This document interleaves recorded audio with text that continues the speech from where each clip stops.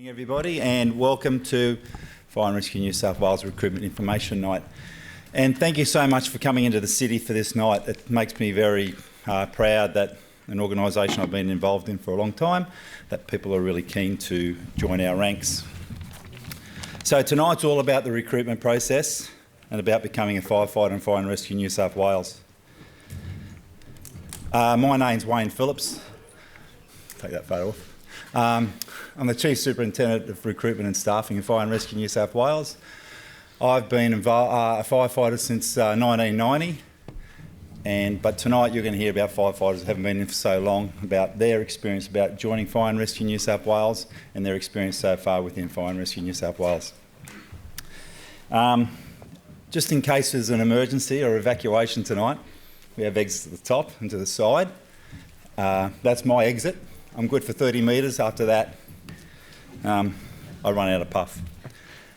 So tonight we're going to be talking about the recruitment process, the physical aptitude test, and at the end we'll take some questions from the audience, and I have a panel up the front.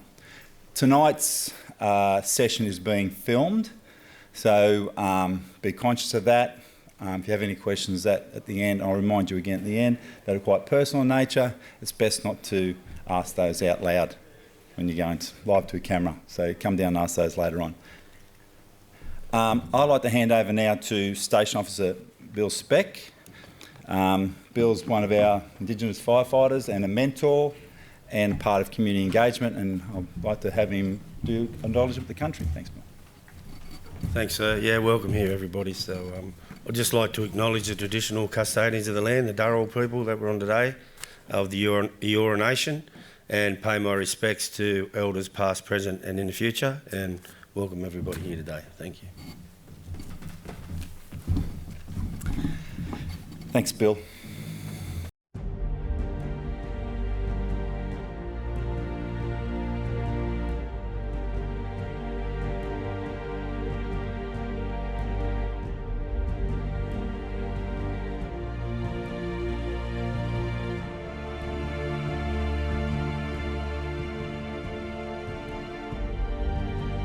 They say you can lose the weight, but you also have to lose, I guess, the lifestyle factors and lose that sort of mentality that got you to that position in the first place. It's very fortunate that the job that I wanted to do since I was a kid was quite physical. Bill King from Manly. He's Australia's oldest full-time firefighter with over 5 decades under his belt. Almost half of today's graduating class are women, 10 out of 24. You've got to have the right frame of mind before you get into this sort of job. Be fit mentally and physically. One of our biggest hurdles was women themselves thought that, well, physically maybe we can't do that job. It's just not the case. And the cold also means a dramatically increased risk of a fire in your home. I can't describe the frustration and the sadness when you go to a home and see somebody who's lost their life because they've taken a battery out of a nuisance smoke alarm. A 100-metre crane perched on top is now in danger of collapse.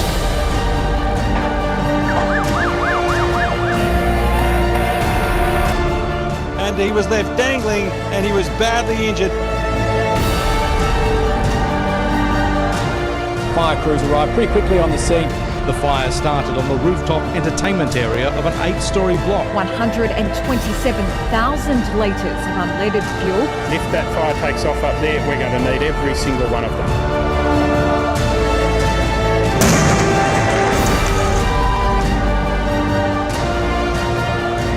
Speared through the centre of his forehead. Crews from Fire and Rescue New South Wales trying to head off the fire as it sprinted towards the suburbs. And I just had to get to the valve. He was knee-deep in the fuel and prepared to lose his life. Out of 7,000 applicants last year, only 96 made the cut. Sort of dressed as zombies or all sorts of stuff, but Water Buffalo was a new one for us.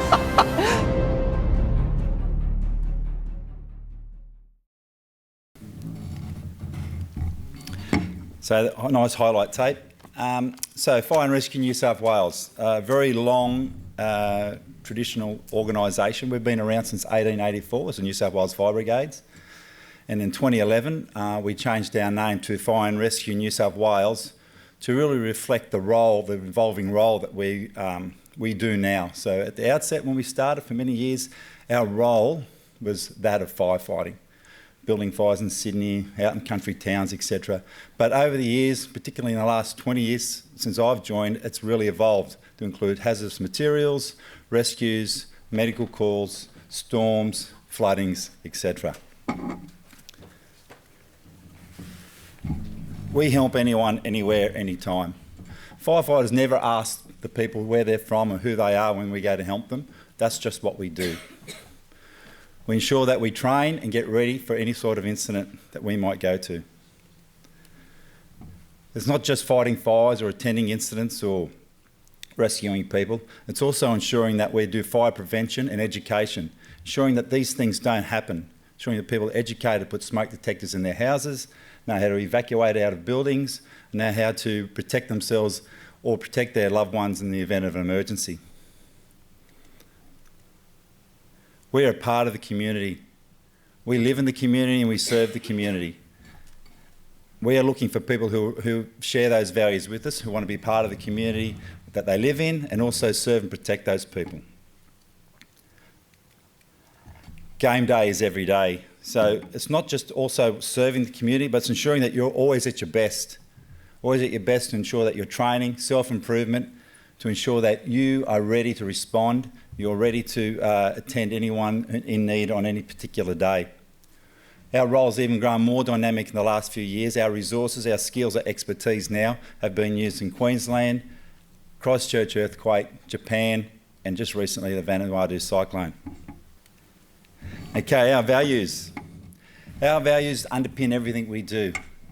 And I really firmly believe this. Everyone here tonight wearing a fire and rescue uniform has those values: respect, integrity, service and courage. Ensuring that that courage is not just about the courage to go to incidents and do the best you can there on the day, but it's also the courage to stand up for what you believe is right. Stand up and be in station life for anyone with misbehaviour or doesn't reflect the values that we share.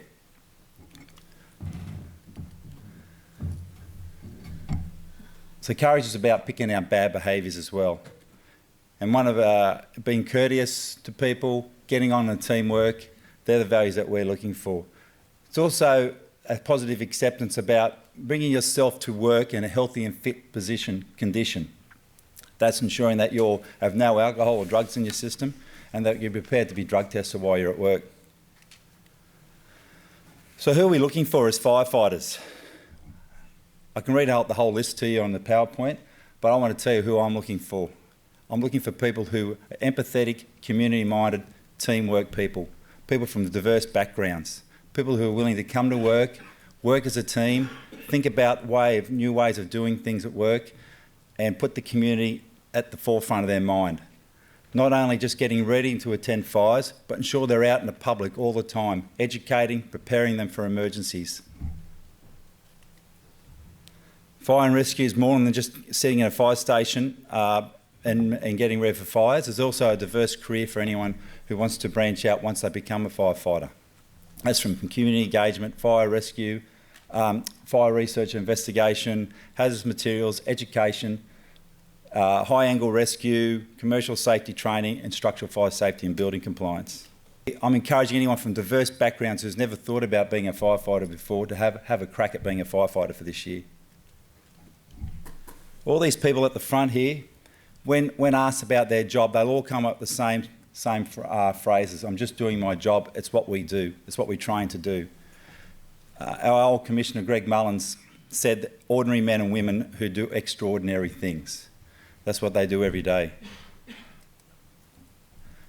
So enough from hearing from me. I'm going to introduce now to our panel. Our first speaker is Sonia Nunez, who's been with us for a college plus 7 weeks. So she's brand new out of the bakery. So I'll hand over to Sonia.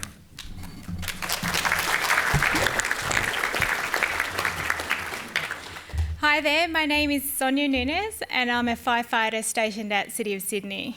I applied for Fire and Rescue in the 2016 recruitment campaign and was placed in a recruit class a year later with 21 other recruits. Before applying for Fire and Rescue, I studied economics and psychology at the University of Sydney. and that gave me my first real job as a behaviour therapist. Unfortunately for my parents, I was a free spirit at the time, so I gave up my well-paying, respectable job to travel the world and work in a circus as a flying trapeze artist. 9 years later, upon landing on the tarmac at Sydney Airport, at the ripe age of 30, I knew it was time to knuckle down again and get a real job. I worked as a product photographer for over a year and then decided to go back to behaviour analysis, working as a senior behaviour therapist. As a senior, I trained and managed multiple teams of behaviour therapists who were delivering early intervention programs to children on the autism spectrum. So although I knew I was making a positive difference in the lives of children and families in the community, I knew I wanted a job that had more. One that was physically demanding, like my job in the circus, and one that had endless options for professional development. So I applied for Fire and Rescue. The recruitment process was quite daunting. I knew how competitive it was and that there were other hopefuls in their 5th, 6th and 7th year applying. In my first bid for employment in 2015, I didn't make it past the cognitive assessment. I knew then that I had to change my tactic for the 2016 intake, so I decided to train myself on a 30-second timer. I scoured the internet to find as many practice questions as I could find and use the timer to prevent myself from spending more than 30 seconds on any question. The result of that was that I made the stage progression and was able to verify my results in the supervised retest. The emotional intelligence was fairly straightforward for me. Given my background in photography and psychology, I knew how to identify emotions in pictures, and also I knew the emotions that were elicited by certain colours and lines. The other two assessments, which were the work safety assessment and the work reliability scale, was just a matter of answering the questions truthfully. I'm one to work hard and show personal resilience and take responsibility for my actions, so it was a no-brainer. The interview, on the other hand, was the stage that I was most apprehensive about. I solely relied on the preparing for the interview guide that's on the Fire and Rescue website to help me prepare for the big day. In the end, just bringing a smile and a little bit of my happy-go-lucky attitude into the interview room helped break the ice with the panel and also ease my nerves. Due to the time constraints of my previous job, I actually relied on my prior conditioning in the circus and Olympic weightlifting to get me through the PAT. Although having said that, I did spend a couple of days a week running through the whole PAT circuit in a weighted vest and with a waterproof jacket. I also used kettlebells that were slightly heavier than the prescribed loads and a prowler to simulate the hose drag task. The actual PAT was harder than what I thought it would be. I underestimated how well the turnout gear retained heat, so the added heat stress reduced my overall performance on the day, but not enough to stop me from getting through. The 13-week recruit course wasn't like anything I had experienced. I was most impressed with the calibre of instructors that we had access to. Their specialties range from rescue to hazardous materials, urban search and rescue, fire science, and the list goes on. So being trained by them was the most motivating aspect of the whole experience for me. In terms of content, it was a steep learning curve. I felt like I was continually bombarded with technical information and assessments throughout the whole course. Given that I had other recruits in the class who were always willing to lend a hand and instructors who were always willing to go over the content as many times as necessary was a saving grace for me. In the end, getting to where I am now is about persevering. So if it's your first time applying, then do the work, understand the organisation and its values. And if it's not your first time applying, then keep trying and don't give up. The service values those who are able to solve their own problems and demonstrate personal resilience. So go out and demonstrate that. Thank you. Thanks, Sonia. Our next speaker is leading firefighter Kristen Ross. Kristen Ross is a ex-retained firefighter and a permanent firefighter. Well, no, she's still with us. Anyway, and currently stationed at the training college as a recruit instructor. Thanks, Kristen.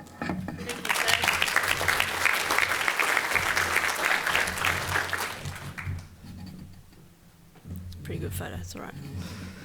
Thank you, sir. First of all, thanks everyone for turning up. It's a really good turnout. It's good to see so much enthusiasm for our job, and hopefully all you guys that want to get in will do it this time. My name is Kristen Ross. As Chief Superintendent Phillips told you, I am a leading firefighter and I currently work at the training college as an instructor. Sonia here was in my last class. You know, she glowed about me. It's great. I don't know if it was me or not, but anyway. So I'm currently at the college as a trainer. I've been in the job for a total of 16 years. I spent 2 years as a retained firefighter up in Newcastle.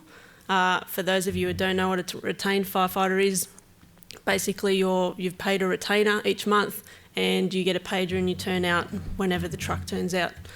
So I did that for 2 years. After I found that I worked more being a retained firefighter than I did at my normal job, which was a bar person. I was a bar person for 8 years and I preferred being on the truck, so I decided that I wanted to apply permanent. It took me 2 years to get in, took me twice. Not as many as some, but more than first go, so don't give up. And it's turned out to be the best career move I've ever made. I've never looked back. It's awesome. I'm absolutely passionate about being a firefighter. I'm passionate about my job. I respect my uniform and I respect my colleagues. And after completing 18 weeks at the college myself as a recruit, these days it's 13 weeks, I got shifted to Hornsby. Being up in Newcastle, that was a bit of a bonus for me. So I spent 3 years at Hornsby and then I willingly got transferred into City of Sydney Fire Station. All my mates thought I was crazy. Why would you travel an extra half an hour to drive in the city from Newcastle? But it was the best move I made. I got my Bronto, the big cherry picker. I became a Bronto operator. I became a rescue operator and I met so many great people and learnt so much. I spent 3.5 years at headquarters, as we call it, and then I got transferred to Newcastle. So about 7 years travelling up and down what was then F3, now the M1.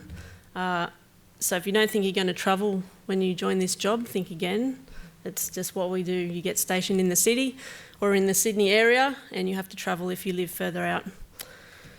I spent 3 years in Newcastle. I liked it up there. I lived up there, had a house, my family was up there, but I found I wanted more challenges. I'm not the type of person to sit on my laurels and do nothing. I like to challenge myself.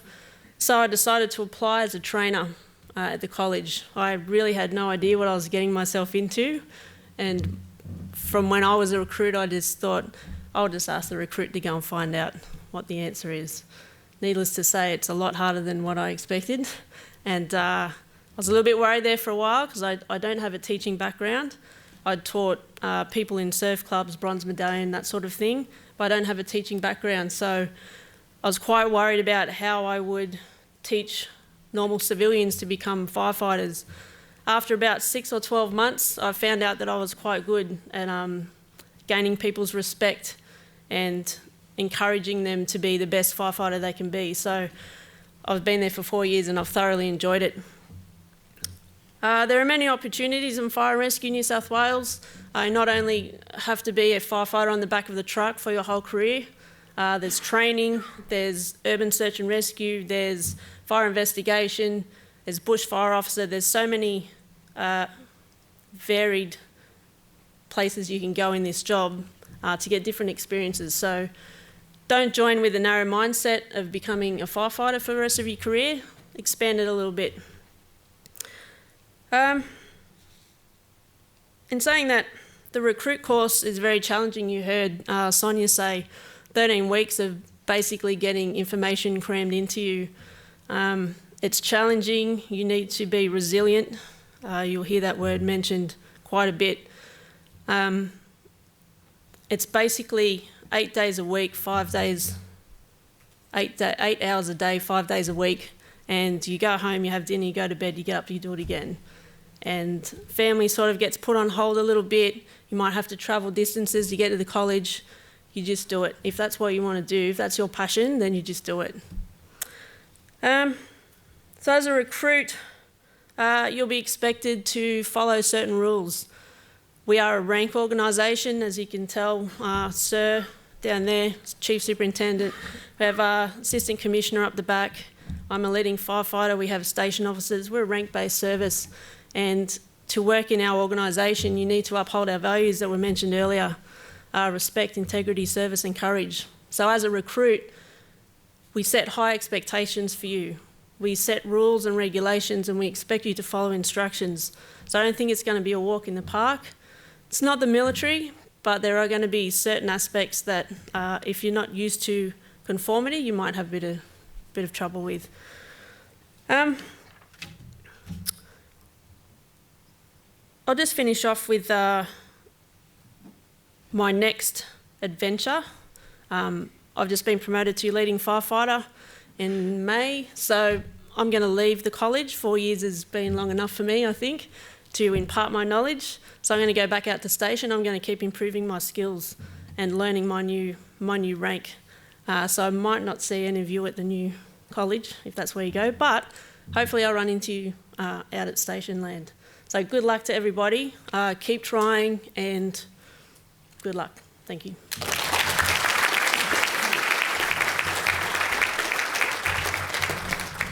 Thanks, Kristen. Our next speaker is Sam Rowan, and Sam is recently being transferred and won a position at the training college as a breathing apparatus and hazmat instructor. So over to Sam about his experiences. Thanks, Sam. Thanks, sir.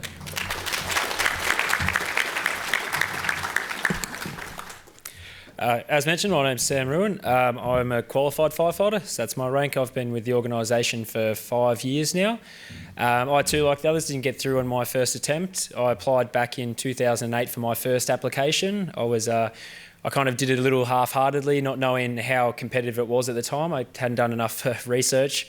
And then when I realised that it was quite tough, I really buckled down. I applied again a few years later, was unsuccessful. And then in the 2011 campaign, I was lucky enough to get through and then have a 12-month waiting period before I started.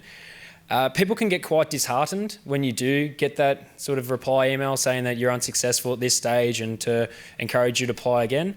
But that's exactly the best advice you can have, to continually apply if it is something you want to do. It's a career that I know that I've always wanted to do. So every time I got that rejection email, I thought, what can I do to become a better applicant for next year and to pursue onwards, because I know that'd be worthwhile in the long run. Being on the other side of that, I can definitely verify that and say, yeah, it's definitely been worth it and worth the applications. Prior to my time in the job, I was a university student primarily. I lingered around doing degrees and kind of jump in between 1 and 2. So I ended up doing a business and commerce degree in sports management. You will see across the board we have very diverse backgrounds. You have some students, some trades. Everyone's accepted and everyone's welcome. So across the board, I know my recruit class, it was a real mixture between everyone, and everyone brings assets and values that they've had from life experience as well. I don't really back myself as a trapeze artist, but hopefully I could learn something from Sonia one day. Apart from that, I've only really done a bit of part-time work, just supporting while studying, so working as a shift manager in bar and hospitality, doing a bit of retail and sales. So not all of it necessarily translated to the job, but I brought in that attitude that I wanted to learn. I did most of my career, pretty much all of my career, out at Lidcombe, so it was a nice busy working station with a fantastic crew. And about 5 to 6 months ago, I took a bit of a jump and wanted to expand my skill set and try something new and try one of these different avenues that you can go down throughout your job and career. So that's located me at the State Training College, currently in Alexandria, where, as Sir said, I work in breathing apparatus and hazardous material response. It's a pretty exciting section as we get to train recruits as they come through, but also the GSA and even all regional training too. So we cover respiratory protection, We have recruits, as you can hear, how demanding it is. We'll have people who've never used breathing apparatus before, and then 3 days later have them extricating casualties from a remote access in a building with heat and smoke and all the gear on. So it's pretty exciting stuff. We do atmospheric monitoring, showing how to use gas detectors, thermal imaging cameras, confined space identification and entry, and hazardous material response. So there's a lot of different, a lot you can learn throughout this job, more than just your base knowledge, and you can really expand that skill set. There are a lot of difficult aspects of the job, and it's not just the study side of it. A big one for people is the working weekends and public holidays. You're going to miss things. It's a very unique roster, and you'll hear a lot of people who currently are employed by Fire Rescue, and I'll talk about it's the best roster in the world. And it's fantastic. There's a lot of flexibility. You'll get a bit of time off and stuff.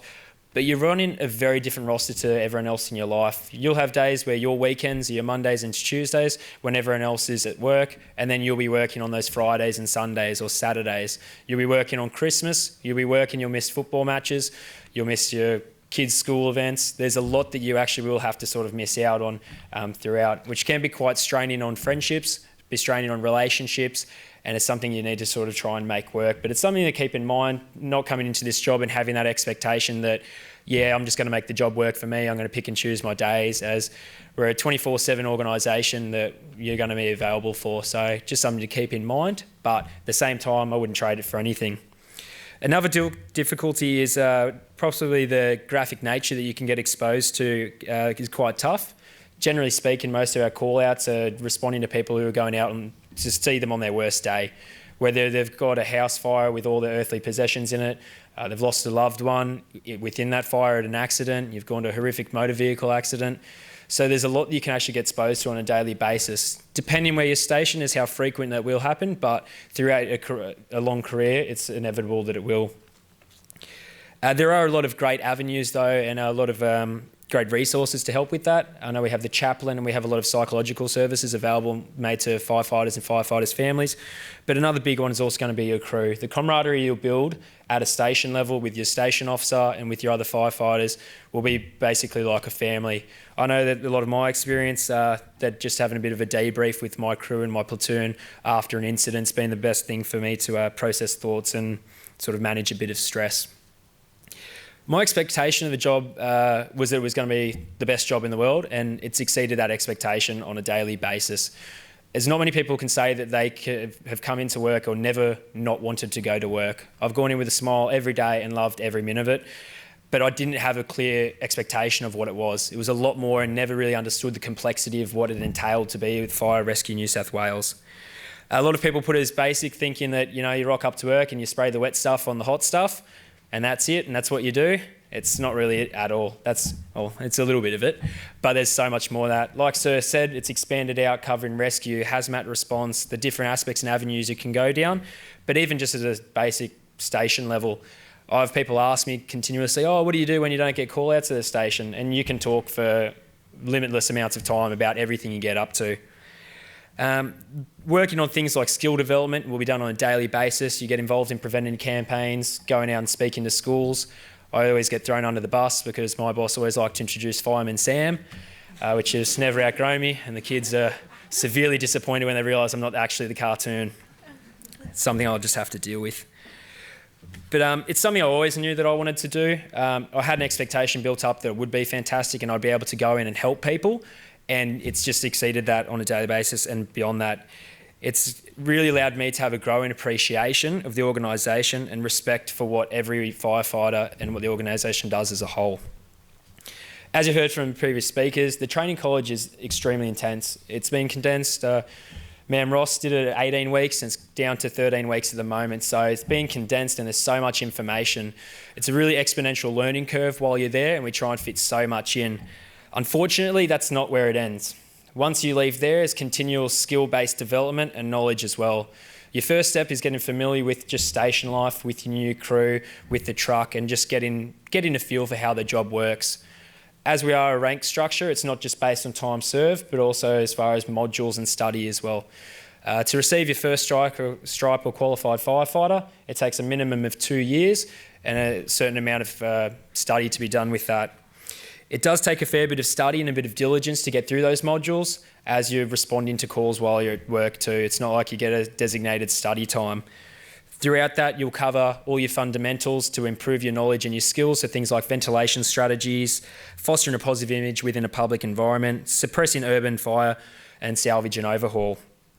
Since completing that a few years ago, I've moved on to my senior firefighters to achieve a second stripe, which works more on your development and as a coach and mentor position. So you cover things like coaching and mentoring sessions, also community engagement, organising and being involved in pre-incident planning at business inspections, community engagements, whether it's going out and organising school visits, and also writing up skilled and planning sessions too to run drills for your station.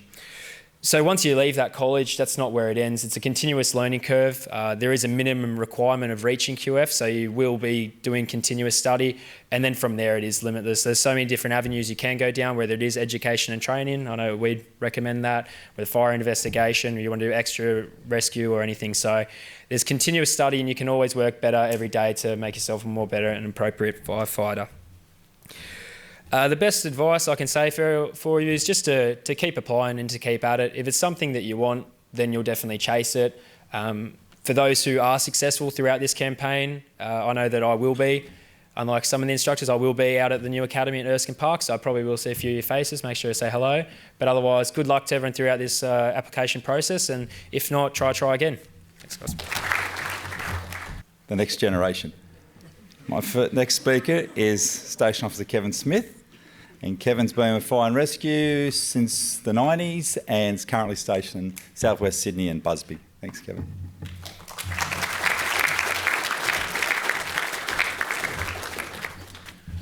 Thanks, sir. I was beginning to feel a bit like that museum exhibit, you know, the dinosaur in the glass case that says, in case of emergency, break glass, but otherwise stay well away. Anyhow, I'll apologise for the jokes because there's going to be more of them. As said, Kevin Smith's my name. I'm the station commander at Busby Fire Station on Deebatoon. I'm in my 20th year with Fire and Rescue. Before I joined the brigade, I did a number of things. A dairy farm apprenticeship with the Department of Agriculture, an ag degree at Hawkesbury Ag College. I worked as a stock inspector with the Rural Lands Board, and I worked with the Department of Land and Water Conservation in environmental management and consultancy, particularly on the M2 motorway when it was first built all those years ago. And then I worked in conservation earthworks and building farm dams with bulldozers. And I'm only telling you that because it will give you some indication of my background being a bit left of centre. And if your background is, you know, not what would typically be assumed to become a firefighter, still apply. All right, diverse backgrounds are encouraged in this organisation. So as I said, I currently work at 31 Busby, southwest of Liverpool. Busby's home to a CAFS appliance, CAFS pump. It's compressed air foam. It's the first of its type in New South Wales. It's a busy station and we're regularly listed in the top 10 stations in the state for going to actual fires. But fires is not all we do. I'll tell you more about that in a minute. The day-to-day duties of a firefighter include plenty of the unsexy stuff. We're not always rescuing cats from trees or taking our shirts off. Sorry about that. It's not the calendar either. I think there's a couple of candidates in the room. You're getting a start next year, aren't you, Sam? All right, the job's not all backdraft or Chicago fire, although sometimes we do let a good story get in the way of the truth. Apologies again for the jokes. We currently work a 24-hour shift. That's 24 on, 24 off, 24 on, and then 5 days off. Day-to-day duties include breakfast, the motor driver checking the truck and the equipment on it, and the firefighters clean the station, and that includes floors and toilets. Men, you'll be more of a complete package when prospective partners know that you are house-trained. Trust me, if you live in a fire station, you will clean it. Okay? We don't have maids at the station. We're responsible for the cleanliness of our house. We live in it, we clean it. We fit lunch and dinner in during our shift as well, although meals on shift are at the mercy of the station bells. The bells are activated every time we get a call. Regardless of the time of the day, we respond to incidents as required. How would you feel sitting in this room if it was one of your family members that had a fire at their place and the truck was delayed because the fire was having lunch? Probably wouldn't be very impressed, I'd guess. We're a service organisation and we provide assistance to members of the public and other agencies such as the police, the ambulance, the SES, RFS. And if you are successful, you'll never cease to be amazed about who or when or where we provide assistance to. Now, every firefighter, including station officers, are responsible for checking their own SCBA, that's breathing apparatus, as Sam mentioned earlier, at the start of the shift. That's our lifeline. If we go into an atmosphere where the air is not able to be breathed, that's what keeps us alive and let us do our job. While the fireys do their duties, I'm responsible for the management of the station, doing such things as fire reports, checking the petty cash, organising community engagement activities, or sorting out leave requests and training schedules, amongst other things. The firefighters are required to complete 3 hours training per 24-hour shift to comply with brigade standing orders. Now, this can be done at our station in conjunction with other stations, usually a good excuse to get together and have a cup of tea or a coffee, and can be a mix of theory or practice. The essence behind our training sessions is a bit like a competitive sporting team. We need to train how we intend to play. Okay? If we take shortcuts when we train, then we can get caught out when we have an emergency incident. If we're the first arriving unit at a house fire with people trapped, we need to know what to do, how to do it quickly and safely, because if we don't, no one else will be able to, and no one else will be able to help those people in that house. One thing that you will be guaranteed is that you will see a wide variety of incidents when you join this job. As I said, I'm in my 20th year in the job, and I've been from jobs ranging from the sublime to the ridiculous. We've had birds stuck in trees, cats in drains, people trapped in house fires, multiple fatalities in motor vehicle accidents. I told you I'm stationed out at Busby, but 2 weeks ago we spent 8 hours at Port Botany helping unload a leaking 20-foot shipping container off a boat. You would think, how would Busby end up there? When the bells go off, you don't control where you end up. You will see disturbing things, but you'll also have the chance to have help provided to you when you really need it, and you'll know that that work you do is very rewarding. After each incident, I debrief my crew. Now, that can be as simple as having a chat on the way home to the station in the truck.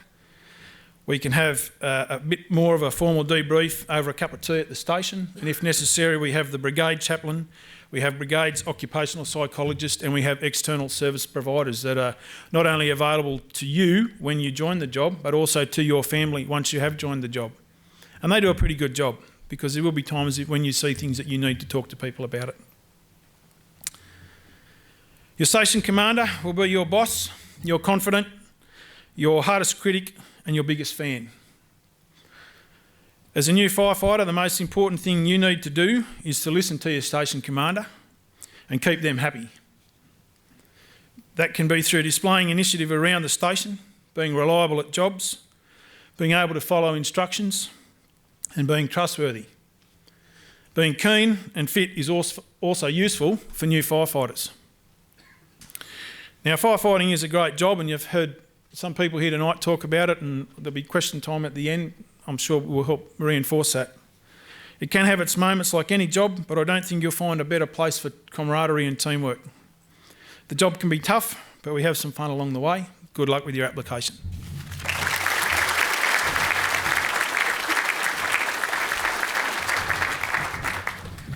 Thanks, Kevin. My next speaker is Tracy Spindler, station officer. She joined the Fire Brigade when she was 10.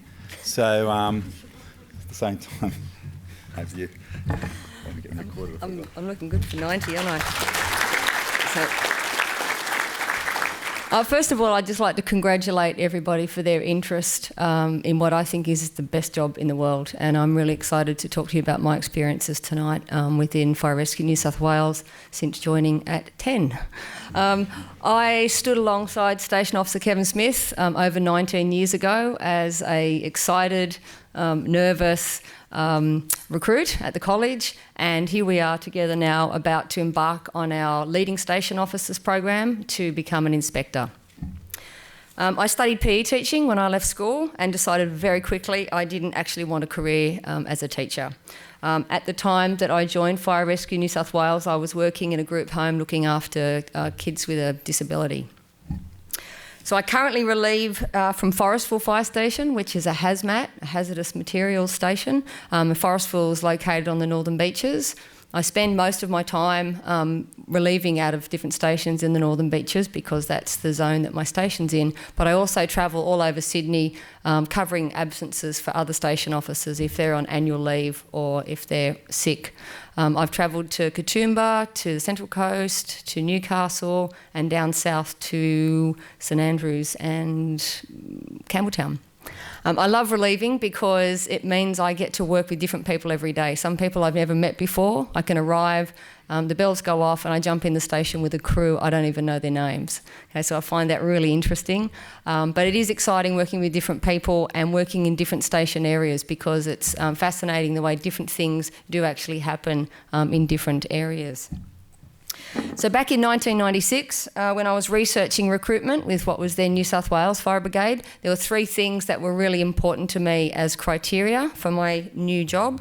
I was looking for an organisation which valued health and fitness as somebody who loved playing sport and who'd studied PE and health. I was looking for job security and lifestyle. And I also was definitely looking for a career, not just a job. So I wanted an organisation that had scope for different roles or different things and changes that I could do within the organisation. So tonight I'd like to share with you my journey and career within fire rescue as a professional firefighter and all the wonderful experiences and opportunities that I've had. So in addition to firefighting and the many other functions that we actually perform as firefighters, I've continued my studies and followed personal interest to gain the following additional qualifications. I'm a specialised operator with an aerial qualification. So I think as Kristen mentioned, we've got aerial appliances. They're what we call ladder platforms or ladder aerial trucks, and they're for high-rise firefighting and high-rise rescue, a bit like a cherry picker. I remember standing at the college and seeing one in operation and saying there and then, I want to learn to drive that truck. And I've got to tell you, being 30 metres up in the air and fighting a fire or rescuing someone is a really exciting thing to do. I'm currently a hazmat trainee. So hazmat, hazardous materials, it's working with chemicals, it's working with clandestine drug labs, it's working with CBR terrorism incidents.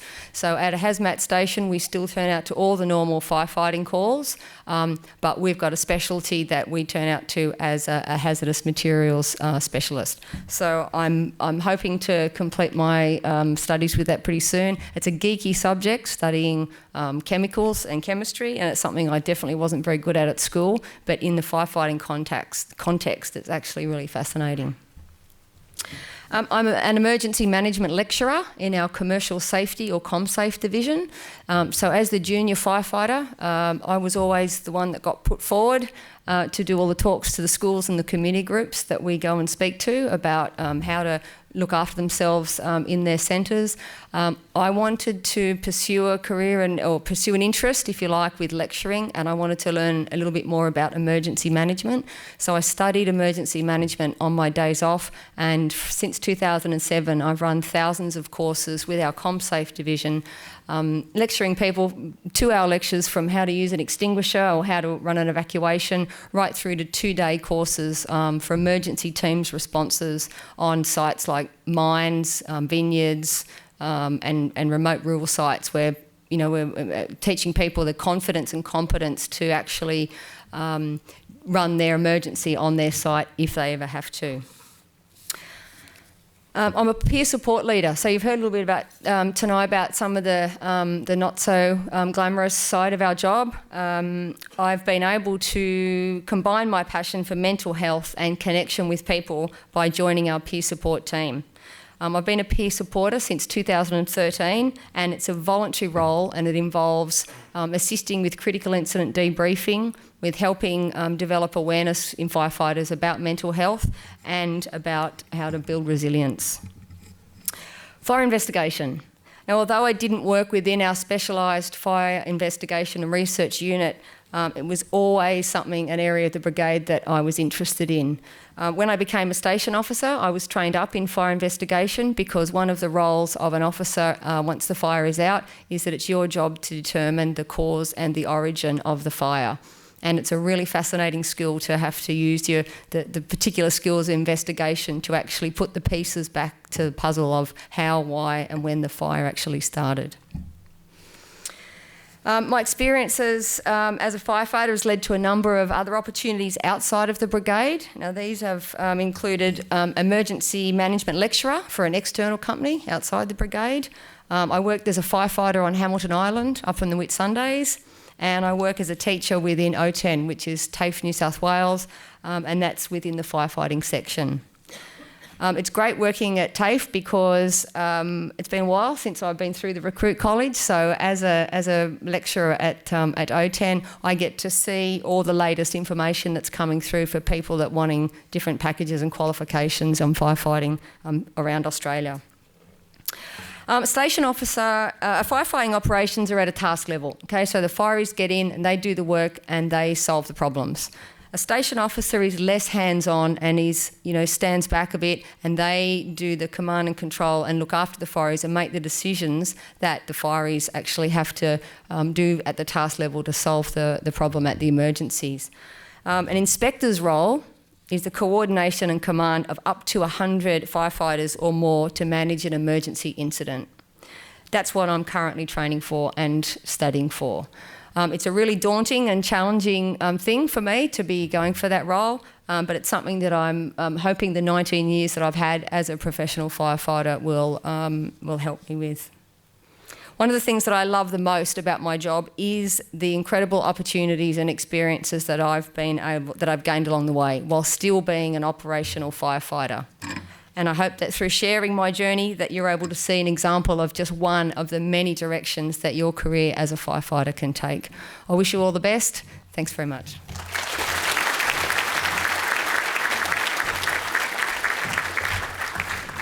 Thanks, Tracy. Next speaker we've heard from is Bill Speck. He didn't join the fire and rescue when he was 10. And Bill's going to talk about his experience. Thanks, Bill. Thank you, sir. Welcome, everybody. 32 years. My name's Bill Speck. 32 years in the job. Seems like just yesterday. Have enjoyed every day of it, must admit. Firefighter for 24 years, and the last 8 years I've done my station officers, and really have enjoyed nurturing some young firefighters coming up through the ranks and getting them to progression.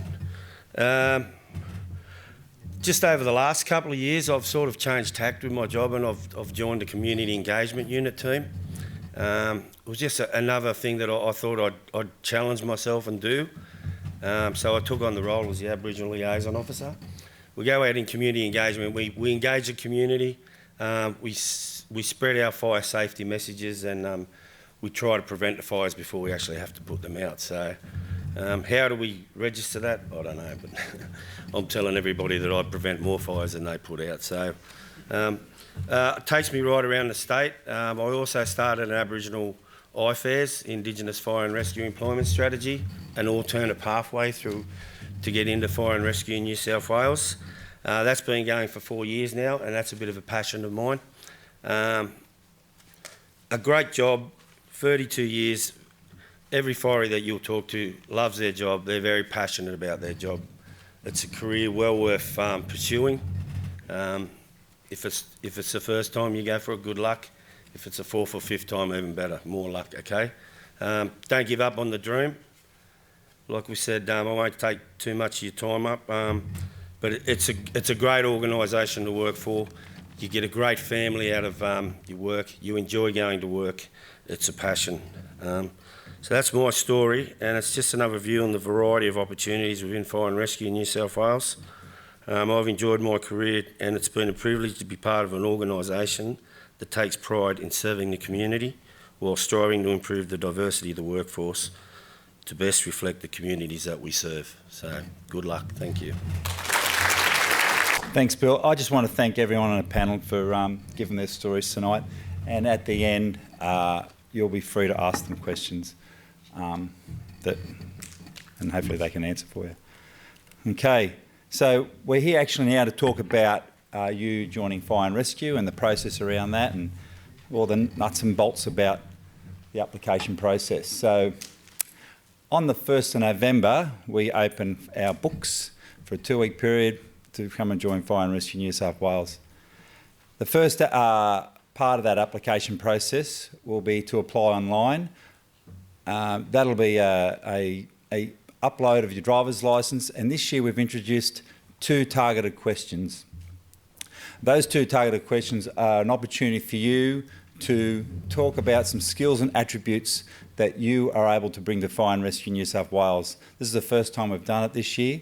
There'll be 200-word limit on each targeted question. I'll have Sue McDougall a little bit later on talking about the application process in a bit more detail, but this year that'll be another gateway we use to source our firefighters for this year. Once the campaign opens up, there'll be 2 weeks for you to apply online. At the end of that 2-week period, if you've applied online, you'll be sent an email and an invitation for our first psychometric assessment, which will be a cognitive and a work safety test. Sue's my boss, so I just keep making sure I'm saying the right thing. Okay. In that time, you'll have 4 days to complete that test. My advice is when you get that invite, make sure that you find somewhere quiet in your house to do the test. If you've got kids, put the kids to bed, get someone to take them out for the day, whatever. The first test is a cognitive test. It's time. You only have, I think, 20 minutes to take the test. There's 51 questions. So be prepared to sit down and concentrate with the test. The cognitive ability test, I might hand over to you, Sue. Okay. I'm just going to introduce you now to Sue McDougall. She's the manager of recruitment, and Sue handles this part more intricately than I do. Thanks, Sue. Thank you, everyone. Okay, so our Revellion is our testing provider. So if you Google Revellion, Revellian, you will be able to see what's on their site, examples of the tests that we use. So the tests that we use, as Mr. Phillips said, was the cognitive ability and the work safety as the first 2 tests. On the site there will be an explanation of what the tests are and some example questions. The cognitive ability is designed... Can people hear me? Sorry. The cognitive ability is designed so that you don't finish. So there's 51 questions, 20 minutes. So that it's not an expectation that you have to answer every question. You only get a score for questions that are correct. You do not lose marks if you get a question wrong. So it's up to you what strategy you take in terms of answering the test, but that's the only time test. So that's our website. So when the application's open, you'll just click onto our website. There will be a button, Apply Here, and that will take you to the I Work for New South Wales job portal. So for those people who don't know of that portal, it's just the New South Wales Government website where all our jobs are advertised, and you just fill in your personal details. Email account's very important. This is how we communicate with you during the campaign. So please always check your emails, because you'll see on our timeline, which is on our website, some of the timeframes are quite tight. So you do need to keep checking your emails. Skills here. Okay, I'm a recruiter. Okay, there are some, these are on the website, all right? I won't go through them now. Some of you may not be able to read the question, but these are some of the examples of the cognitive ability test. So you can see it's a combination of literacy, numeracy and abstract reasoning. The questions are designed as you go through, they do become more difficult. So where possible, try and answer the first few questions. You can flag a question and come back to it. The next test is work safety, and this tests your attitudes and beliefs towards work safety. Safety is our number one priority. So this is why we use this test as part of our recruitment process. And you mightn't be able to see those questions, but for each question, you will have a spectrum of answers that you can choose from. They're all multiple choice, so it'll be the totally agree, agree, neutral, disagree, totally disagree. So you get to choose, and the questions are all similar. Okay, so then we select, after we've done our first two tests, then we select a number of candidates to go through the next level of online testing, which is made up of another two tests, emotional intelligence and work reliability. So emotional intelligence, it measures your capacity to manage your emotions, to be aware of others. This does assist you in problem solving during the workplace. You've already heard from the firefighters that this is critical. So this is the main reason why we use emotional intelligence. We also need people to work together, interact very closely together as part of a crew. It is not timed. It takes approximately 40 minutes, that test. Here's an example. So it's a face, and you have to indicate what emotions that face is indicating to you. That's just an example. Find that an interesting question. So what mood might be helpful to feel when meeting the in-laws for the very first time?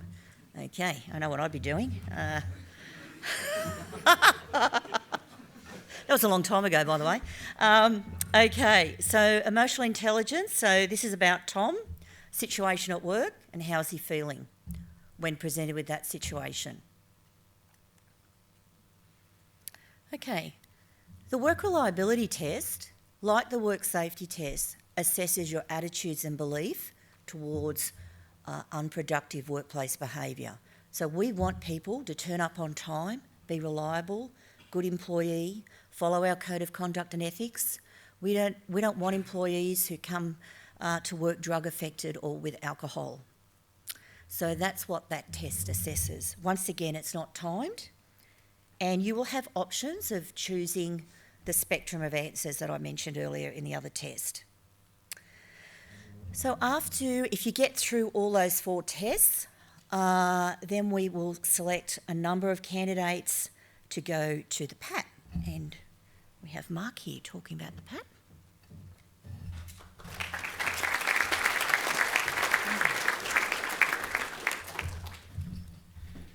Thank you, Sue. Good evening to you all.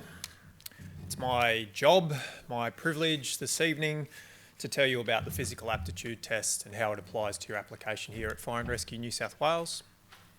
I think the best way I'm going to go about doing that is to give you a bit of the why the PAT exists, tell you a little bit about the what it actually entails, and then move on to the how in terms of physical preparation. You may already be doing things, what things you may not like to change with your physical preparation, and see how that'll get you through the process. So to address the why, I'm going to go back a step and just give you a really quick run through about us. So a bit about our purpose. For me, I represent the health and fitness team more directly. We kind of think of ourselves as the red shirts, as it were, but more broadly, the health and safety branch. So I've got other members from that section here. Chrissy, say hi. Luca, are you still around here somewhere? Steve's up the back there as well. They're going to be here. We're more broadly from the fitness and the medical health teams. We're going to be here to provide any more specific questions that you may have at the end of the presentation. Now, by extension, we represent our organisation, and I thank the firefighters here for their stories, because it always helps anchor me into my purpose and why I do my job. The health and fitness team, we actually really like this game day is everyday philosophy. Okay, it informs that philosophy informs so much of our programs and the initiatives that we deliver to those on the job. So our job is to make sure you guys are fit enough physiologically capable to be on the job, and then after that we don't spend all year just doing PAT tests. We actually do our best to serve these guys that are sitting in front of you here. Now, all of the firefighters on the panel here, in their own language, they told stories that reflected the values of the organisation. Respect, integrity, service and courage. A lot of the guys here know me, they know my team. I'm just being myself, I'm speaking as I am, and these are my words I've written down here, but I serve those that serve their crew and serve their public.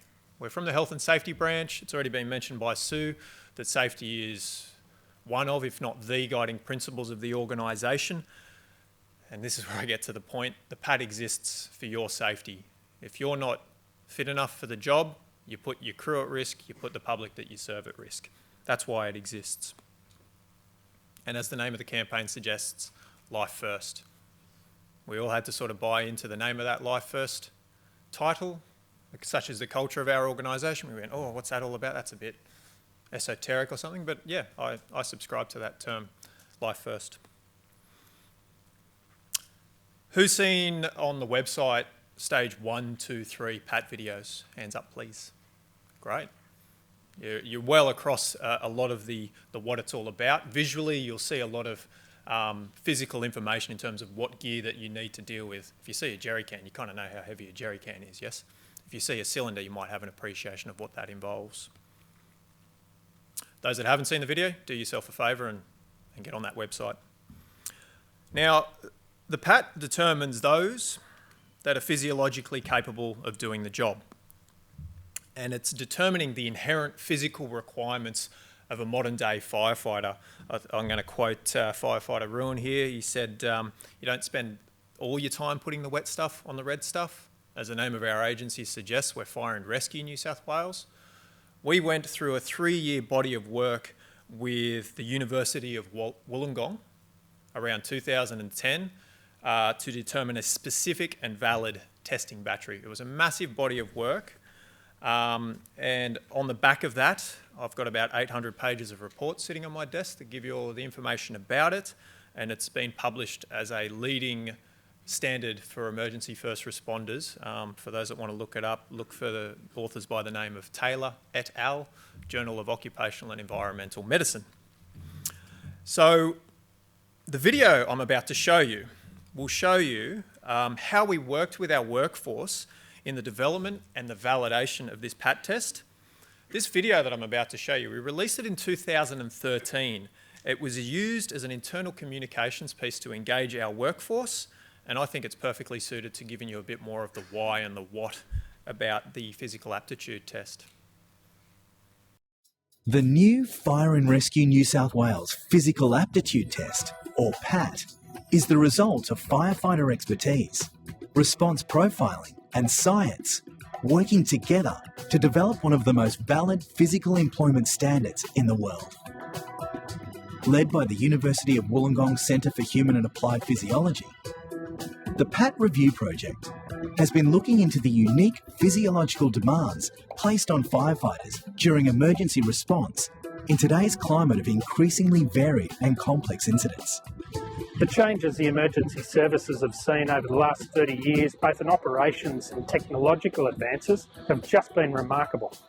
More and more often we're being called on to form strike teams to assist in major disaster relief operations, whether it's following cyclones, storms, floods, major rescues, hazardous materials emergencies, or massive bushfires. Prolonged operations like that can be local, national, or even international, and it calls upon firefighters to work in conditions that are unfamiliar and often hostile. The project management team for the new PAT wanted to look at the best physiological tests we could provide for the people who are entering this occupation.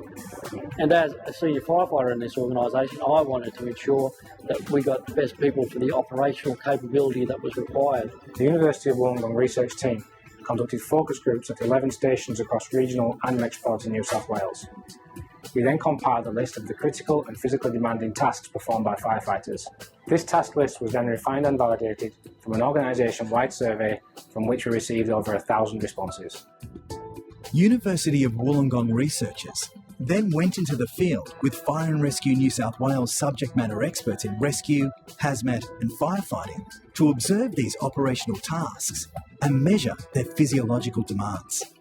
Analysis of the data through a process of combination, elimination and concentration enabled the initial task list to be condensed into 7 tasks. These tasks are ladder raise and lower, hazmat load carriage tasks, team lifts upstairs, use of rescue shears, bush firefighting, fire attack, and firefighter and victim rescue. The following assessments were developed to replicate the physical demands of these tasks. Ladder raise and lower simulation, single-sided jerry can carry, single-sided jerry can stair climb, motor vehicle rescue shears static holds, repeat hose drag, simulated fire attack, and simulated firefighter rescue. These assessments were validated by 147 firefighters across the state and now form the basis of the new PAT, a minimum physical employment standard for all prospective Fire and Rescue New South Wales firefighters. Yeah, it was pretty difficult, so it's probably a fair assessment of what's required on the job. It was pretty intense. Definitely replicated real life operations better than the test I did when I got in. Intensity did range a bit, but it was good simulation of that first 20 minutes or so at a job. No running, but a lot of strenuous stuff on your legs and a lot of strength stuff there. Oh, you're doing simulated hose drags, dummy drags, hazmat, simulated conditions, carrying drums. It's definitely more relevant to being a firefighter in terms of what happens to your heart rate. The heart rate definitely got up for sure. Yeah, it's great. It's so much better to do something that was specific to our job, and what we did today was very much like that. Like the shears, that was hard. The dragging the hose, that's what you do. Carrying drums, that's what you do. They were a lot more specific to our job every day. They were really task orientated and stuff that you meet in a day-to-day basis in the fire brigade or at a fire station.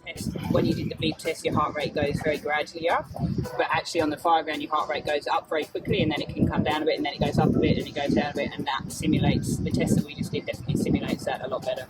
No, it's very, very demanding, and yeah, it's like our job. After just completing the PAT, I feel that operational commanders can feel very confident in knowing that recruits coming out of the college will be fit enough and strong enough to perform any task on the incident ground. It was very good. Now we can test anywhere in the state and apply the same physical employment standard for all firefighting applicants. We know that anybody who gets through the PAT is physically capable to do the job that firefighters do every day. I am extremely confident that the new test for the PAT meets those requirements, and that we have, as an organisation, found the right test to find the right people. As a result, we now have the benefit of the most comprehensive, extensive and up-to-date research into the physiological demands of being a firefighter. And I'm proud to see us leading the way with this physical employment standard. Allow me to reiterate a few key points there. The test is all about job-specific physiology, and it's been validated by us. Chief Superintendent Phillips, then Inspector Phillips, I think we got the camera rolling on him straight after he finished the last task. And if I may quote you, Wayne, operational commanders can be very confident that those that pass the physical standards are going to be able to do the job and be safe on the back of the pump, as it were. Now, if you indulge me very quickly, talking about the new PAT a bit further, those that love science babble, lean on forward. Those that don't, chat amongst yourselves. The sensitivity and specificity of this test is much higher. To give you a couple of examples of that, Firefighter Lull in the video that you just saw spoke about the old beep test. Who's heard of the old beep test? Know what it's all about? You sort of gradually speed up, change direction as quickly as you can. Do you do that on the fire ground, guys? No agility tests around the hoses or anything like that? So the old beep test had a 9.6 requirement, which gives you an idea of how much we want your engine to be able to rev, as it were, the amount of oxygen that you can turn over. What we know from this 3-year body of work on the PAT is for the average punter that we checked in the simulations, after about 3 minutes in that stage 2 of the PAT test, their heart rate gets to about 161 beats per minute and is burning the same amount of oxygen as 9.6 on the beep test. And you're maintaining that workload for about 7, 8, 9, maybe 10 minutes for the rest of the test. So it's a lot more specific to the job. They're not actually running fast, but they're carrying heavy gear, getting hot, and working the engine at the same time. And I'll use myself as one final example. I'm not the biggest built guy. Back in the old beep test, this is totally my view from my vocational background. The old PAT test, I may have passed because of the beep test that lends itself to someone of my physicality. But nothing else about me makes me a good firefighter. I would have been what you call a false positive. You might have had someone who's a bigger unit, guy or girl. Everything about them makes them a good firefighter, but they didn't pass the beep test, so they missed out. They would have been a false negative. So bringing it back to the fact that the test is more accurate in terms of who's required for the job. Okay, let's bring it home. The PAT's been used since 2013, the one that I've been speaking to. It's the same one that we're using in 2018. This test has been used before the Life First campaign, before any other names of campaigns that we've talked about in the last few years, and I'll give you the numbers. We've done about 2,000 physical aptitude tests for the permanent recruitment campaign since 2013. This standard doesn't discriminate, doesn't matter who you are, it's a bar as it were. Give it a good crack. If you get over the line, then you may be considered for interview. My team's job is to bring accurate information to recruitment and say this person is competent in the physical aptitude test, they may be considered for interview. It's not ranked. The nature of the PAT test is that you need to do that amount of physical work in a certain amount of time. You do it too quick, your crew's waiting around going, well, what's he doing? He's miles ahead, he's actually unsafe. Or vice versa, if you take too long, it's just as unsafe. Plus someone who's about 7 foot is going to walk a lot faster than someone that's 4 foot. We've put those factors into play in terms of the time required to complete the PAT. So you either pass or you fail. And I'll say it again, if you pass, you may be considered for interview. No one who has failed the PAT has ever progressed to the interview. So now very quickly onto the how. I just want to draw your attention to some of the preparation material that our team has prepared. Who's seen the FireFit preparation guide online? Great, great. It may be a good tool. It may serve you well in your physical preparation. Just because you do the guide doesn't guarantee that you will pass the PAT, but I just want to convey 3 key principles that are covered in this document. This document's evolved. We're up to version 3, I believe. And those with any PT, exercise, science, physical, sporting background, you'll pick up what I'm putting down here. There's three themes that we're trying to cover in this physical preparation guide, okay? It's all about strengthening and conditioning your body to deal with, and all at the same time, the heat. So there's no point doing big lifts in the gym with the air conditioning on. We've seen absolute weapons, as it were, gas out at the PAT because their body just doesn't know how to deal with the heat. Okay, quoting Firefighter Nunes, she didn't expect that heat factor in there as much, so just wrap yourself in a bit of Glad wrap with your training if that's where you're at. You need to be able to deal with load carriage. Nothing in the brigade is light, from my understanding, guys. And it's amazing how you can get the heart rate up when you're just moving heavy gear around and you're getting hot, okay? Heat, load, and being puffed, and you don't have to do the beep test to be puffed. So please don't misunderstand me. I didn't recommend that you go stand in the sauna and lift heavy weights or something like that, okay? Get a good foundation down and then get as specific as you can in terms of what's going to help you perform best at the PAT. If in doubt, get personal advice and guidance. We've actually had questions leading up in this campaign where people are asking what's the exact weight that we should use. In the preparation guide, the only number we really come at you straight with is you'd want to, to know that you're physically ready, you want to get about a 40 kilos worth of weight and be able to just push it directly above your head, okay? But in terms of the training blocks that you may have seen in the training guide, the prescribed repetitions are based on where you're at with your training. So if I say do 3 to 5 reps, there's no point doing it at 40 kilos if you're currently only at 20 kilos. And that's going to inform you on how far your journey needs to go in terms of training. Some of us just show up and get it done. Some of us put in the real hard yards and maintain that fitness year on year. That says a lot to the values and the type of person that we're looking for in this organisation as well. So game day's every day, but don't forget to recover and adapt. Your training and your recovery and your rest is going to give you the progression that you need, okay? The only other tip I'll give you in your physical preparation is nothing moves unless you put force into the ground effectively, and that's a key word. I've seen guys applying the physicals. I've even seen some firefighters in station land. They can lift a really hefty weight off the ground, but then you get them to stand on one leg. and they're all over the place. Okay, you need that balance. You'll see that when you come to the PAT familiarisations.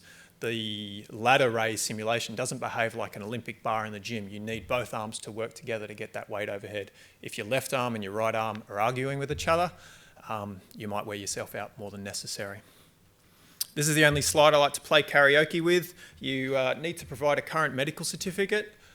It's just, we provide information to your GP that says what the PAT and the PAT FAM's all about, and they sign off and say you're cleared for the process. You need to wear exercise clothing and sports shoes. Come well hydrated, bring your own water.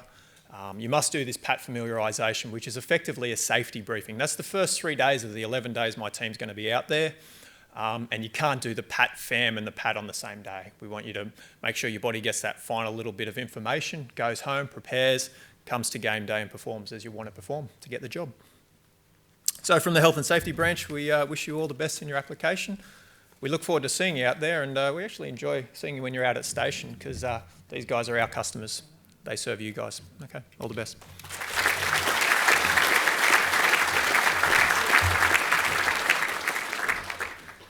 Thank you, Mark. I just want to reiterate medical certificates. They are medical certificates from doctors and not chiropractors or podiatrists. People have tried that on us before, and a real doctor, like a medical doctor. Come on, just go. So, people who pass the PAT may be selected for an interview. Mark said it before, I'm going to reiterate something Mark said. No one who's ever failed the PAT has gone any further. Okay, so once you, if you're considered to go to the next stage will be the assessment of those targeted questions you did all the way back at the start in your application process. The reason we assess them here is because last year we had nearly 8,000 people apply, and our recruitment team cannot read that many applications. Now we're down to a reasonable number of applications, and now we're going to read those applications, the 200-word questions about your qualities and your skills.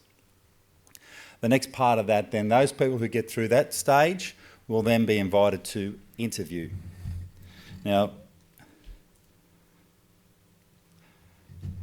the interview is a lot like people have said, a speed dating type setup. We've introduced an extra panel this year. It's 5 panels, 5 minutes a panel.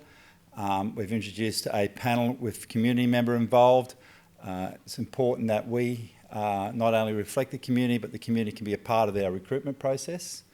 And also an opportunity for you to bring your resume on the day to, again, show some skills and qualities that you may have in fire and rescue.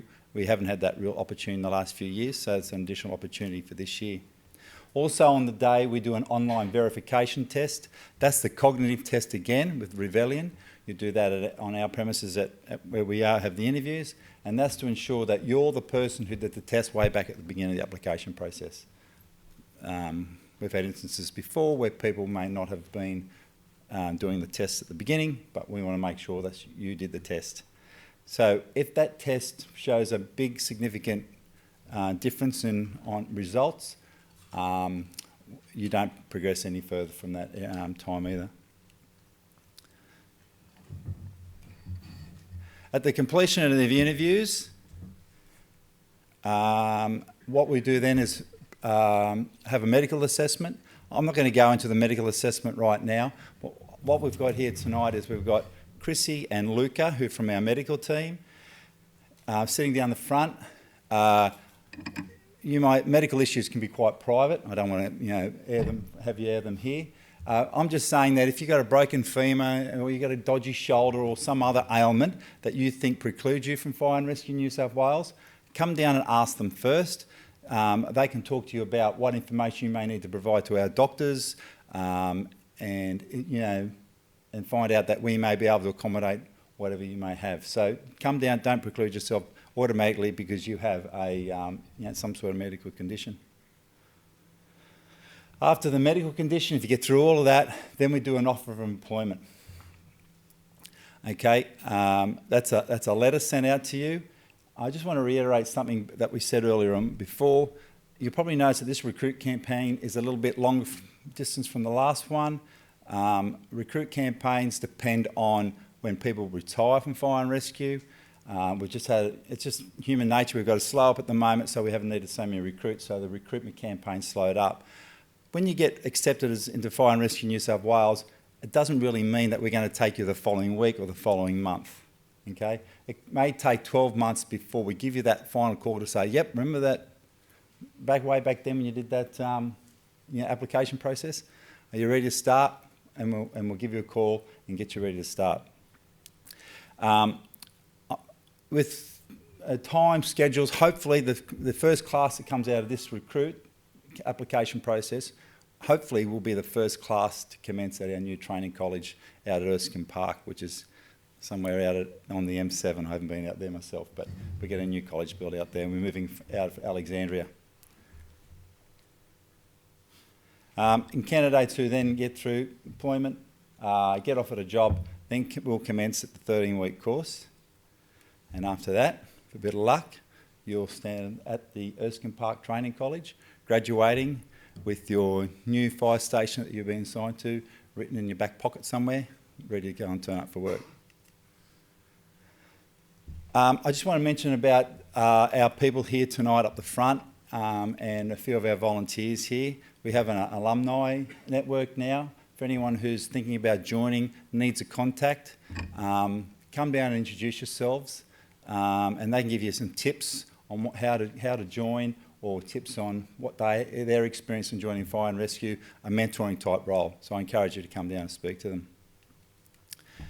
And thank you again tonight for turning up and listening to us.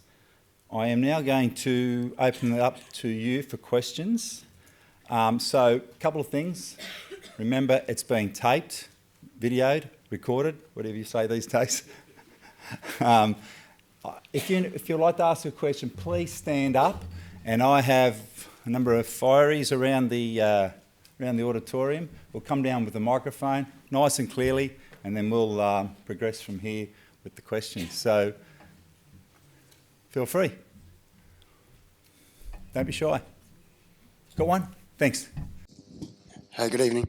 Just a quick question about the hazmat and structure training and stuff. Is that all standard? Like when we do, if we make it through for invitation, is the structural training and hazmat training, is that standard for the brigade, or is that the special courses you were talking about? Well, when you first join fire and rescue, you'll get taught every one of those skills, but at a certain base level, and that's standard right through. Then after you serve your time, get yourself a stripe like Sam has, then you can specialise. But every hazmat instructor, hazmat firefighter in Wollongong is the same qualified hazmat firefighter in Newcastle or Forrestal. Same. Cool. Yeah. Just one more part. The aerial stuff. So like I know you got the I don't know, what are they, big flying fish tanks or whatever. You're dropping the water and stuff, chopper flights and all that sort of part of the brigade. What is that sort of categorised as? The like aerial? The air wing part, yeah. Okay. That's the RFS. We actually don't have any planes. We have some drones. And That'll do. Specialise. I got an Xbox. Specialise in a drone. But no, we don't. We have no planes or helicopters. We have drones. That'll do. I'll take a drone. Yeah. And you That's look cool. young enough to fly a drone too. So. It's a beanie. Thank you. Thank you. Okay. Just as far as that hazmat question, as a recruit, you get trained in all the different aspects, so we'll take you through a pretty sort of base level that everyone through the GSA or through New South Wales will be trained at. So it's only about 2 weeks of your course where you do your basic hazardous material identification and response. Ma'am Swindler's doing her trainee technicians, so if you go out to a specific station, you'll get on top of training, like on top of that, specialised to be a technician rather than just a responder. Yep. All right. Hi. Question about the target-specific questions. Once candidates pass the PAT test, does that mean the ranking system from the psychometric test is irrelevant and there's a new ranking system based on the target-specific questions? Correct. So, yes. So once you get past the PAT, the new ranking system will then be the targeted questions. Okay, so everyone we look at the targeted questions and it's ranked after that. See? Yeah, one down here. Oh, one up here. I get paid per question. Hi, my name's Hayley. I just had a question about the interviews. If we get through to that stage, hopefully we do. You said there were 5 panels for 5 minutes each. Is that right? Correct. Okay, so how many people are on each of the panels? 2. So we have a uniform firefighter, Yep. a non-firefighter, for want of a better word, and a male and female. So either like someone like Tracy and Sue will be on one panel, and then maybe me and Sonia will be on another panel. So we mix it up. So you'll see 10 different people. Thanks. Okay. Obviously, you work with other emergency services as well in certain areas. Do you do joint training and joint exercises, or how do you liaise with each? Or your experiences with liaising with other emergency services? And more so, more training, more joint services at the time. There's a lot of cross-contamination in regards to multi-agency exercises. I don't know if you saw in the news the other night, there was a counter-terrorism exercise down at the Central Railway that the police held, and I was down there representing Fire and Rescue, so we were down there. I think the shift on tonight was down there. Yeah, so they were down there, a lot of multi-agency exercises. There's very seldom any incidents where we just turn up by just firefighters. Yeah. Every incident will have police, ambulance, rural fire service, SES. So why not train together? Yeah, absolutely. Thank you. I'm a bit older now. I wear glasses. Does this weigh into your consideration? I think you look very young. Thank you.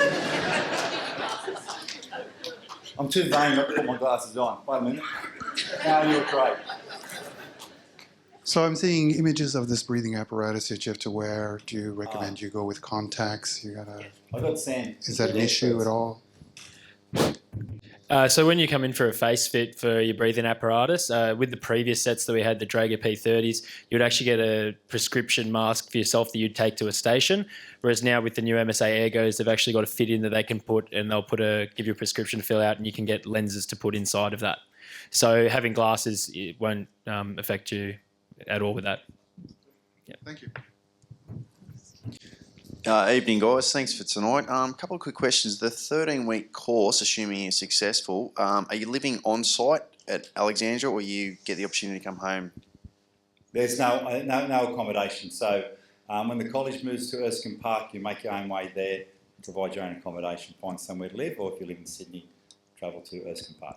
Fantastic. Thanks. And last question quickly. If you are successful, do you get a preference as to where you might want to be based or stationed? Of course you get a preference. That's good. My role also is where firefighters go and serve after they serve the college. So my preference counts your preference. It's so true. I love that. So assuming the first sort of couple of years you'd be at one of the busiest stations in the city, or... More likely to be in this part of Sydney here. Excellent. Thanks a lot. No worries. No more questions? Yep. Good evening. Do you see a change coming in the recruitment process so that people that are highly skilled and probably more suited to the job would have an easier access versus people that are unskilled? I'm not sure what I mean by skilled before you join. So we teach you everything you need to know. We're looking for a diversity of skills before they come in. I think our talk tonight was to say that no matter what your background is, we want you to have a crack at coming towards being a firefighter. I mean, we go from a trapeze artist to a PE teacher to whatever. I don't think any of those skills were specific to being a firefighter, but what they brought were their own unique skills, which makes us a really diverse, well-equipped organisation in the future. Yeah. Thank you, mate. Yeah, hi. Just wondering, with the physical test, if you're injured or have an illness or whatever it might be that rubs you out in the day, are there any alternatives that could be arranged, or you wait 12 months? I think come down and talk to Chrissy or Luca at the end. I'm not sure about that. It's case by case, really. Okay. Stand up. Yep. Good evening. First of all, thank you for having us here. What I wanted to ask was, is there any recognition for prior learning for qualifications gained from, for example, RFS? Considering... Keep going, sorry. Yeah, one question. Once you get in. So nothing beforehand. Assuming, yeah. Once you become a firefighter, You're from the RFS, obviously, or you wouldn't ask that question, would you? So come in, once you get in, your qualifications will be part of your portfolio in regards to promotion progression once you come and join Fire and Rescue. So all of these people who have gone for promotion in the last few years don't just show their skills and attributes that they've learnt in Fire and Rescue, they bring their whole life experience for job application promotion within Fire and Rescue. So I encourage you, if you get in, stay in the RFS as well. We have a number of firefighters who are dual badged. All right, so just one more. In terms of those qualification units gained from prior learning, so are those going to be credited when we get to the recruit college? Or? No, because we'll teach you all of our stuff as well. But I mean, all that. You know, if you're a village firefighter or something with BA trained or something with RFS, you'll come along and be part of the crew and learn at the college. You'll have a head start because you've already worn a BA before, but we'll get you to do the training again anyway, because it's all about not only having those qualifications when you come to the college, it's also being part of the team, part of the family. So, we train together so that we can go to emergencies together. So I wouldn't want anyone to miss out on that opportunity. Thank you very much. No worries. Thank you. Yeah, good evening. Just wanted to know age limits. Is there age limits on, like, going from 20 to 60 or? Correct. Oh, okay. Thank you. When it comes to the career developments, like that's obviously after the 2 years that you're there for, is that more of like an initiative thing, like putting your hand up? Does it depend on the station that you're at, or is it like, job opportunities within and applying? It's all of those things. All of the above? It's a little bit about your initiative, looking at where you want to go, what station you want to be to. I think Kristen summed it up really well. All of us, you'll see a general theme right through all of these our panel tonight is the fact that they moved around in different areas of fire and rescue. They took the initiative and moved. They wanted to challenge themselves all the time, and I was the same. So challenge yourself, get better skills, get a broad cross range of skills and knowledge, and that better prepares you for promotion, but also it's a better way of spending your time in fire and rescue. Yeah. So, like, you're obviously, what's the word for it? But encouraged to train within and, like, study while. Yes. Yeah. Oh, yeah. To encourage that for sure. Your first 2 years, you'll be doing that anyway. Yep. Then after that, it's your own choice. It's always encouraged to get ahead. Yep. Yep. Good evening, sir. So just in the 2017 2018 recruitment, how many positions are actually on offer? I don't want to be held to it, but probably 120. We've got an ageing workforce, so we haven't had a recruitment for a while, but we're all getting, well, some of us are getting older, so, and which is workforce is everywhere, okay, we're getting older, so the recruitment process may come quicker or bigger numbers in the years to come, but this year, for next year, 120. Thank you. If you say we're really keen right now, we apply, we get through all the stages, and then we happen to get an offer, but obviously you can't wait 12 months just for a potential dream job. If that offer comes along and you're not in a position to accept it at the time, is there any sort of deferral system? Yes. So if you get through the application process and the first class is you can't leave your job right now, Sue indicated to me that you'll be offered the next one. We'll select 120 people, and where you fall in the classes in there, we're pretty flexible. Great. Thank you. Okay, no. Hey, how you going? Are we able to get feedback if we are unsuccessful through any of the stages? Yes. Yes, at every stage of the recruitment process, you'll be notified if you're not being progressed, and I give feedback personally to every candidate, so that's even after the interview stage if you don't progress. So it's just a matter of contacting recruitment at Fire recruitment.nsw.gov.au, and then we can give you that feedback. But I'm just wondering, you say we live in the stations for 24 hours on and then go home for 24, back in for another 24? Who's doing the cooking? I can answer this. You are. Really? Can I? I'll take the cue. I think everyone here at the table will be able to answer that. You maybe not just yet, but in the next. When's your next shift? Saturday. You work out on Saturday who's doing the cooking. As I said, we make the mess, we clean it. If we want to eat it, we cook it.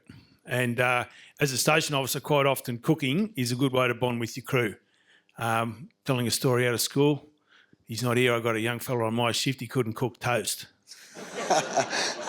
All right. 3 years later, now he cooks like a demon. All right. If you don't cook it, you don't get to eat it. So look at us. We all cook pretty well. So can I just ask that that whole process like that we're going through now, everybody that we'll be coming in contact with has been exposed to that same situation, like living predominantly in stations, getting cooked? I would suggest yes. Cool. Some shifts are different, and sometimes you don't have the time to cook. You might eat wherever you can get whatever you can get, because operations determine that you don't sit down to eat your meal at 6 o'clock at night. It might be 10 or 11 o'clock or midnight, or your lunch might go from, and you might not get it at between 12 and 1 in the afternoon. It might be 4 or 5 o'clock. Really? No, I'm out. But, there's time there. We have facilities. We have fridges in the mess room. We have all the standard cooking gear. We have food storage, and we do cook up some pretty good meals in the fire station. Cool. So if I mentioned that I was a chef on the top of the list, would I get... I'll take him. Billy, I think Billy's looking for a recruit. Yep. Yeah, 100%. Thanks, guys. Thanks for your time tonight. Get that guy's name. Good evening, guys. For the applicants that make it through to the final interview, what's one piece of advice that you have just to get over that last hurdle? Like, what are you looking for to separate those final people? That's a good question. My advice would be to look at the interview preparation guide that's on our website. That we got some feedback from recruits from 2016 campaign, and every one of them used that guide. It's about looking at, you can Google behavioural-based interview questions. None of our questions are about firefighting. But if you have a look at the slide, remember this is going to be recorded. If you have a look at the slide, what we're looking for in skills and ability, they're the type of questions that you need to look at and practice. You will be asked, for example, tell us about a team situation you've been in. What was your role? What was the problem? What did you do? What was the outcome? What did you learn? That is all one question. So you have to answer all those components to pass that question. All right? Oh, sorry. I definitely use the guide to prepare myself, and I'm a little bit of a goldfish, so I had to recall situations that I had been in, and just made sure that I wrote down all of that information using the guide, answering all of those questions, and just making sure you are very prepared. Write things down. Don't just think that you're going to wing it. Definitely write it down. Last call for questions. No. Okay. Yes. So thank you very much for your interest tonight. I really appreciate you coming along. Been in the fire and rescue for a while now, and I'm always still amazed how many people like to join us. So hang around if you want to ask some questions. Come down the front. The panel will be here. Luca and Chrissy will be here about any medical questions you have. Mark's sitting down here about the PAT and physical. Is Steve still there? Steve's at the back, another one. We're going a red shirt on. He's here. There's people at the back. Those blokes even up the back there might even answer a few questions. And thank you all so much, and good luck in your applications.